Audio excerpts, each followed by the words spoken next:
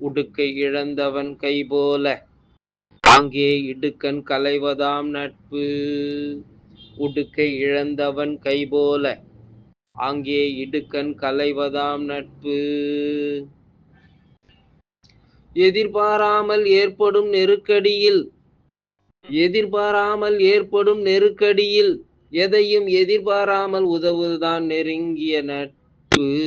உடுக்கை இழந்தவன் கைபோல அங்கே இடுக்கண் களைவதாம் நட்பு.